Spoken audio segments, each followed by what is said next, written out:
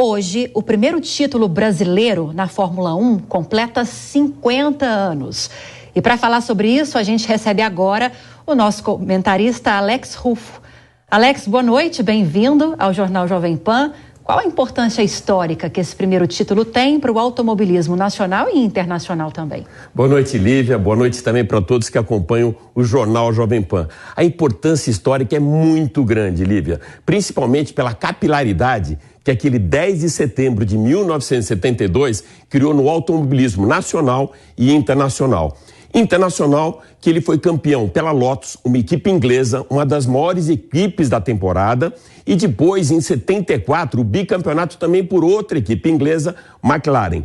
Para o Brasil, ele abriu as portas para mais títulos de brasileiros. Isso sempre foi reconhecido pelo Nelson Piquet, pelo Ayrton Senna, pelo Rubinho e também pelo Felipe Massa.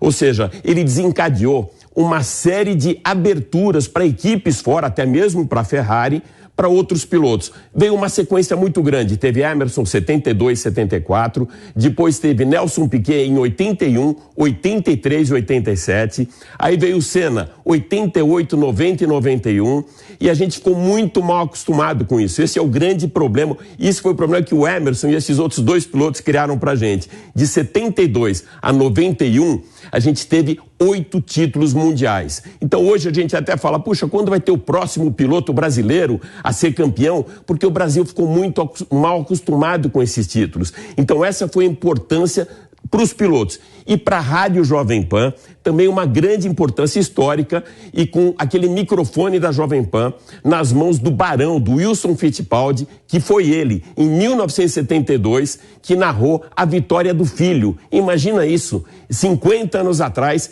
esse fato histórico, não só para Jovem Pan, para o Brasil. Eu mesmo estava acompanhando essa corrida em 72 e pelo microfone do Barão, do Wilson Fittipaldi. Será que 50 anos depois o Emerson ainda se emociona ao ouvir essa narração do pai dele? Cada vez que eu assisto, que eu escuto o meu pai transmitindo as últimas 3, 4 voltas, que foi exatamente há 50 anos atrás, o Grande Prêmio da Itália em Monza, quando eu ganhei meu primeiro título mundial, é muita emoção, é muito emocionante.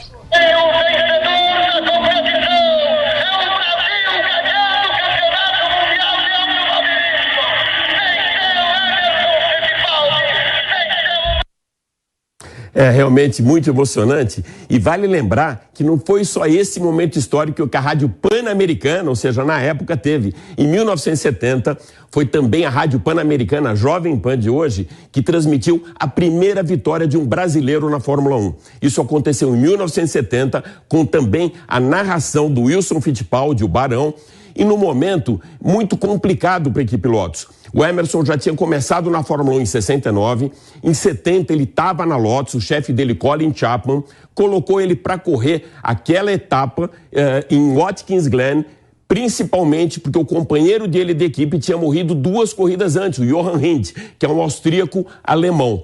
Aquela vitória do Emerson, na época o Johan Rindt ele brigava com 2, com Jack Hicks e também com Clay Regazzoni. A vitória do Emerson, além de ter uma importância muito grande para a gente, para o Brasil, né, que foi a primeira vitória de um brasileiro na Fórmula 1, ela também foi muito importante para o Johan, porque ele foi o primeiro piloto com um campeonato conquistado de maneira póstuma. Ou seja, a vitória do Emerson tirou os pontos do Jack Hicks e do Clay Regazzoni e deu essa vitória. E uma curiosidade que não foi só de 1970, aconteceu também em 72. Em 70, na véspera da corrida, o Emerson teve uma febre muito forte, o Colin Chapman chamou o médico para o quarto, ele correu assim, muito destruído fisicamente, largou em sexto e mesmo assim venceu a corrida. Em 72, mais uma curiosidade, naquela semana da corrida de Monza, ele já tinha vencido 4 vezes, ou seja, de 12 provas já tinha 4 vitórias, estava praticamente com o título na mão. O carro dentro do o caminhão que transportava o carro dele, a Lotus 72B, perto de Milão, sofreu um acidente e o carro ficou completamente destruído. Precisaram trazer um carro reserva da Inglaterra. Esse carro chegou na pista na quinta-feira, tiveram que adaptar o carro para aquela condição de pista. No dia da corrida, começou um vazamento no tanque de gasolina. Então, até o chefe dos engenheiros, que era o Ed, né, Ed Dennis, comunicou ao Emerson logo de manhã: olha, talvez a gente não consiga largar.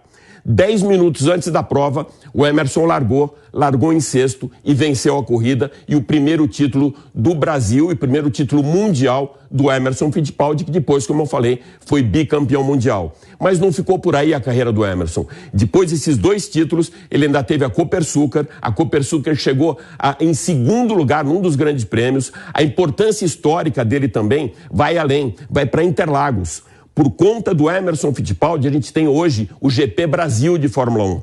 E a primeira prova inaugural foi em 72, que era uma prova meio café com leite, só para testar a pista.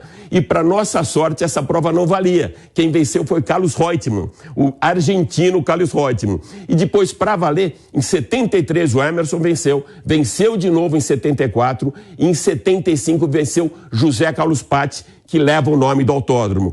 Então, essa capilaridade toda, Lívia, que o Emerson criou na pista, ela foi muito além de simplesmente um bicampeonato ou da primeira vitória ou primeiro título de um brasileiro na Fórmula 1. Essa capilaridade a gente vê até hoje. Hoje, por acaso, no mesmo dia, em Monza, o Felipe Drugovich foi campeão da Fórmula 2, que é a categoria que antecede a Fórmula 1. Então, quando muita gente pergunta quem será o nosso próximo piloto a sentar num carro de Fórmula 1, já tem uma carta muito bem marcada para o Felipe Drugovich. Então, a gente tem que valorizar muito. Muita gente pergunta para mim, quem foi o melhor de todos os tempos? Para mim, o melhor de todos os tempos foi o Ayrton Senna.